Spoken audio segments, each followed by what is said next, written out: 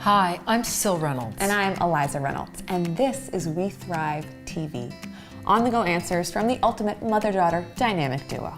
That would be us. We're here every other week to answer your questions, Mom. So our topic today is a little bit on the spiritual side. It's about what some people call the goddess. And what does the goddess, the feminine face of the divine, have to do with mother-daughter relationships? We think a lot. Maybe you have a relationship to the goddess or the feminine face of the divine, or maybe it's something that's kind of new for you. Either way, we want to invite you to stick it out with us and really see why this is so essential. Because we really believe that the sacred, our spiritual lives, are really, really important to our relationships. And specifically our relationships to ourselves, that they nourish a part of us that we call soul, a really essential part of us. And I know in a lot of spiritual traditions, maybe you're religious, there aren't that many images of women.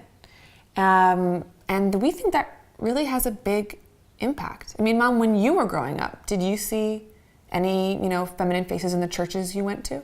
Well, I grew up Protestant and Christian, and I had this image of God the Father, and he definitely was an old dude with a long white beard. And, some of the women I know grew up in Catholicism, and they definitely had the Virgin Mary there. So there was some feminine face, but in the images of the church that I went to, they were pretty much Christ on the cross and God the Father. God the Father, yeah. And so what I've found is this is not about that you need to bring images of goddesses into your house, mothers. Maybe you would like to. We can talk about some of those images. We're talking about mothers and daughters as goddesses. We're part human, part divine, and somewhat in jest, but also quite seriously. What if we considered this feminine body that we live in as a temple, as sacred, as beautiful, the feminine form as a beautiful form? And so really what clicks in for me is that in a culture that holds these images on high of men, boys, I think it often translates in our everyday culture to a culture that prioritizes men and boy a little bit more historically, as we may know, and as a woman, not seeing images of myself included there, not seeing my face, not seeing my body, has a pretty big impact, even if it's unconscious. And often, for many of us, it is. I wasn't raised going to church that often. We went sometimes for, kind of high holidays, and even not having a day-to-day religious relationship with that kind of community, I still got the message. I still got the message that the physical form I lived in was somehow a little bit less special, a little bit more shameful, perhaps. And so really, we bring in the sacred here because whether we have a relationship to the divine or not, it's threaded throughout our culture. So many parents and grandparents, it's part of the values that were passed down, whether we took the religious pieces or not. We certainly took the cultural pieces and the emotional pieces. Definitely. One of the things that we do in our workshop is we have an art project that the girls love. And we're so delighted every time to watch them create and draw goddesses. We invite them to make up their own goddesses. And so we have paper and we have crayons, and they just get on the ground and they start drawing goddesses. And most of them have never heard of something like this before, right? So we're running workshops for mothers and daughters like we've done for the past 10 years. And goddess is kind of a new word. And yeah, you'd think, maybe a sarcastic teenager would be like, drawing a goddess? And then as soon as they have a 25-year-old saying, well, what if? What's sacred to you? What's special to you? What do you love? What goddess do you need?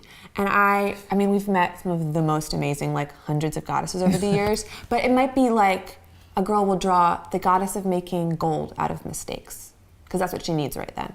Or the goddess of mermaids, or the goddess of soccer. And I think one of my favorite ones, we were just teaching a few weeks ago, and this teenage girl who was so new to the world of goddesses, She drew an image of herself standing there, arms reaching out, and she just wrote, "The goddess me," and then she put it up on the wall. And it was like, damn, we need a little more of that. We need a little bit more of like the celebration of self, because what I imagine is what if there was a world where preteen and teenage girls, and yes, women, mamas too, actually believed that the bodies they lived in, their most intrinsic, intimate self, was sacred, was divine. Just think. Walking goddesses. Just think how differently we would know how to treat ourselves and how differently we would insist that others treat us. I really think it's a big part of the answer, is what we find sacred and finding ourselves sacred. Now, over to you, Mom. I know you're looking for your tribe, and your tribe is here, the mothers in the mothering and daughtering community. So, collective wisdom rocks. We want your take on this topic. So our question for you is this: how would your life be different if you treated yourself as sacred? Yes, as a goddess walking through the world. And how would it change your daughter's life to witness you living like that? Even if you're not using the word goddess with her, but just having you live that way, treating yourself as the most sacred.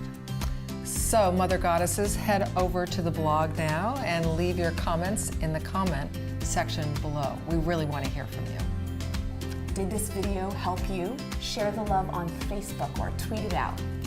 Whatever platform you can wrap your head around. Because sharing is caring, and everyone could use a stronger bond. So moms, when you're in doubt, trust your gut. You have so got this. You're a natural. You can write the story of thriving, not just surviving through the preteen, teen years, and beyond. And we'll see you the week after next on We Thrive TV.